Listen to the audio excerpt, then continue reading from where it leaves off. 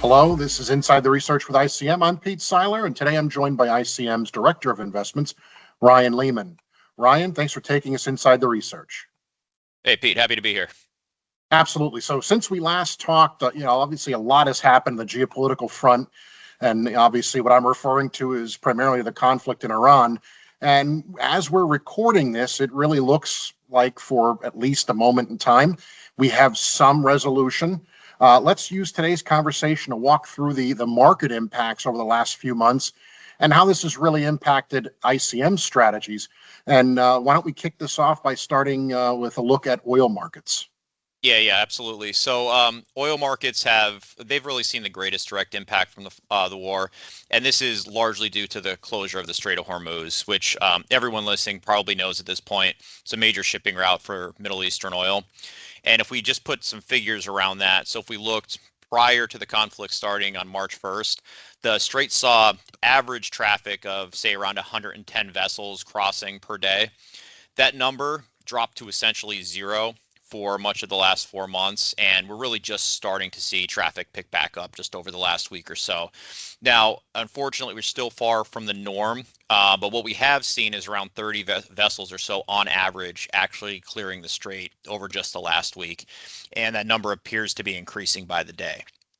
Now, as everyone's probably aware, crude prices, they essentially doubled as a result of all this. So if we look early in the year, WTI was trading as low as about $55 per barrel. That soared to over $110 per barrel back in April.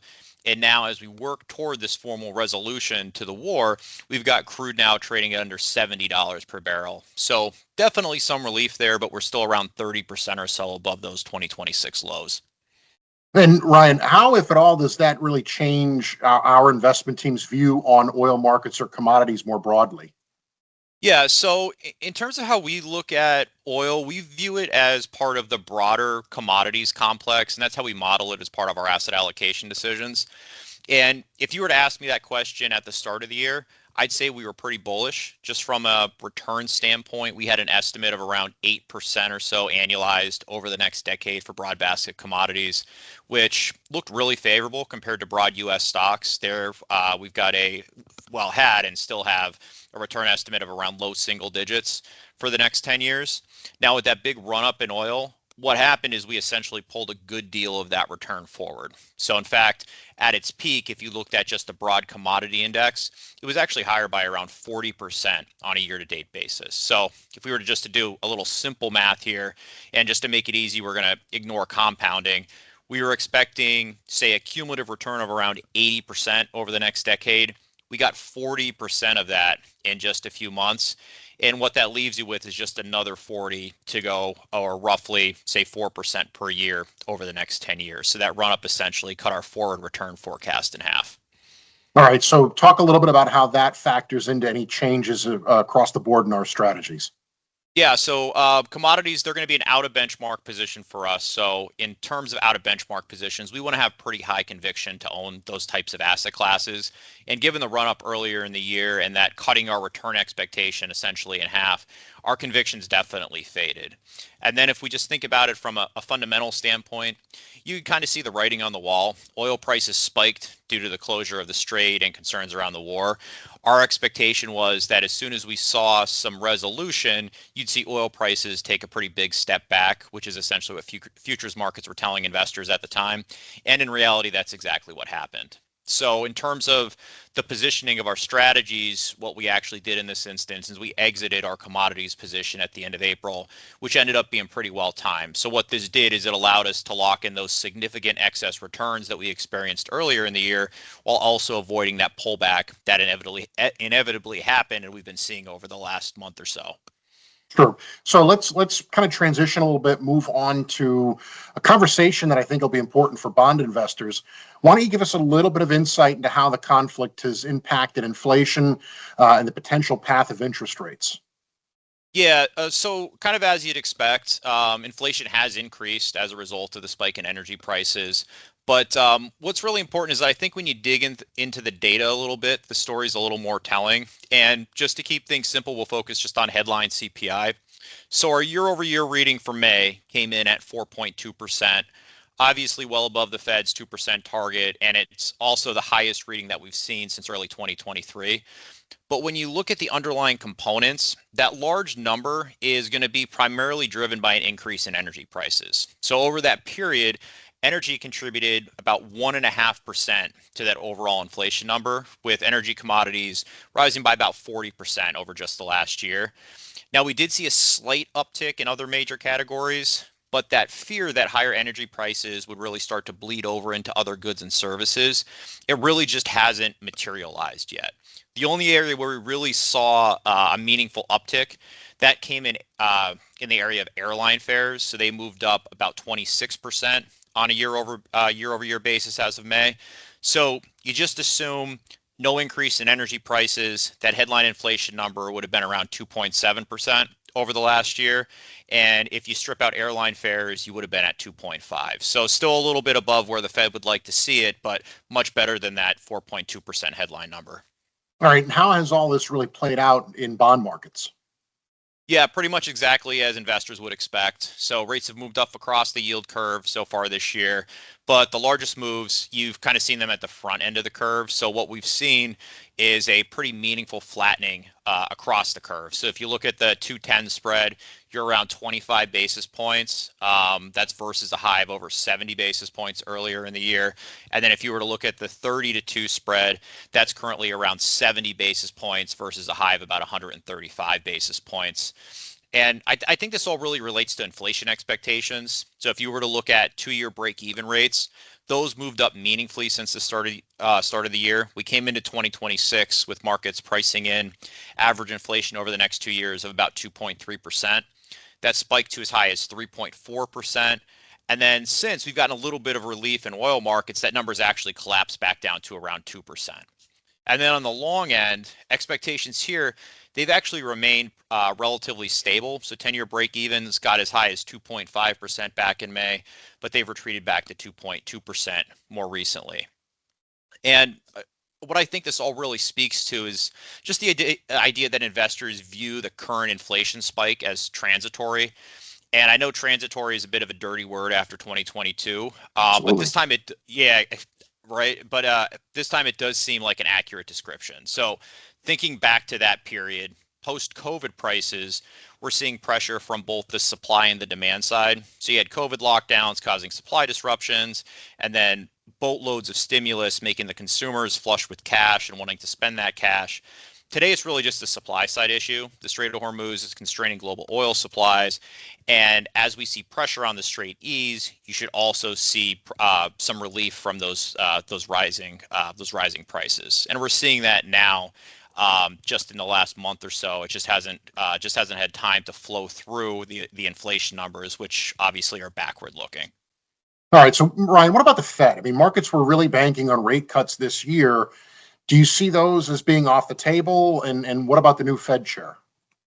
Yeah, so to take the rate cut part of the question first, the answer there is yeah, it looks like it. So rate cuts at this point have been completely priced out of the futures market for the foreseeable future. In fact, at this point, investors see at least one rate hike by year end and then possibly 2 hikes by the middle of next year. And this is a massive shift from what we saw at the start of the year. If we look back coming into 2026, futures markets were actually pricing the Fed funds rate about 100 basis points lower than what we're currently seeing in the market. And I think that kind of dovetails pretty well into your question about the Fed. So at the most recent FOMC meeting, we got a fresh look at the dot plot. This aligns pretty well with the market. So compared to the March dots, we saw a meaningful hawkish shift. Saw the median dot moving from 3.4% to 3.75% for 2026. And then on the new chairman, Kevin Warsh, he did abstain from submitting a forecast. So we're not exactly sure what he's thinking as we look out over the next couple months. However, though, his statement and his comments that the comments that he made in the press conference, they were taken definitely as more hawkish than dovish. So just to highlight a couple things that he said, he mentioned multiple times that he planned to deliver on price stability, which obviously means fight inflation and get that back down to their target. And he also noted that outside of the housing market, it was pretty difficult to characterize the Fed's current policy positions as restrictive. Now, this could all change quickly if inflation falls off a proverbial cliff due to those recent declines in energy prices. But kind of as things stand today, it doesn't seem like the new Fed chair is overly inclined to cut rates anytime soon. All right, so let's switch gears just a little bit with the time we have left, and let's talk about how this really translates into fixed income allocations within our portfolios. Yeah, so I don't think it really changes our outlook, but let me walk through how we're currently positioned, and I think that'll help explain why. So, starting on the credit front, we're about as underweight as we ever have been in terms of corporate credit. You saw spreads move out a little bit when the conflict began, but we're right back near historic tights for both high yield and investment grade bonds.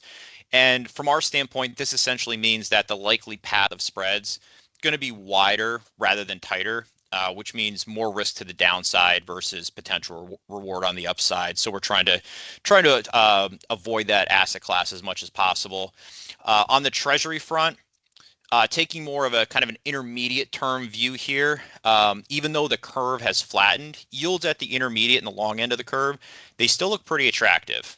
There might be a small amount of upside risk to rates right now, but overall yields look good on an absolute level, especially compared to the last 2 decades. So over the last year or so, what we've been doing is adding a little bit of duration to our portfolios, and we currently have our Treasury allocation right around neutral. And then just lastly, outside of that, only real risk asset we own at the moment is going to be EM local currency government bonds. They still offer an attractive carry over US bonds. And then there you've also got the potential to benefit if we do continue to see the dollar weaken in the future. Sure. All right, Ryan, last question before we finish up here. Any asset classes that really surprised you during the Iran conflict? Yeah, that's a good one. I would say the one that stands out would be emerging markets equities. So they have been surprisingly resilient here, despite concerns about their reliance on oil from the Strait of Hormuz. Actually, as we're recording this, the MSCI EM index, that's up more than 20% on a year-to-date basis versus a return of, say, 8% or so for the S&P 500. And the reason for that strong performance is a little bit surprising. It's largely come from the AI trade in Korea and Taiwan. So just digging into the numbers a little bit, more than 18% of the index's total return so far this year has come from just 3 names. You have Taiwan Semi, SK Hynix, and Samsung.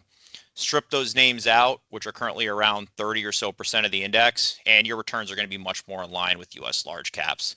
So just for instance, if you looked at the FTSE EM index as your benchmark instead of the MSCI, your year-to-date return is going to look closer to 10%. And that's going to almost entirely be due to the fact that FTSE classifies Korea as developed rather than an emerging economy. And I could go on for a little bit longer here, but I'm going to stop there because our CIO, Mike Pachotti, is actually going to address this exact topic in a lot more detail in our upcoming quarterly letter. And I don't want to steal too much of his thunder, so I'm just going to leave it there. Sounds good. Thanks, Ryan. And for our viewers, thank you for taking the time to watch. If you enjoyed this video, please like it, share it with your colleagues, and subscribe to our channel to receive notifications of new content when it hits our YouTube channel. Thanks for watching.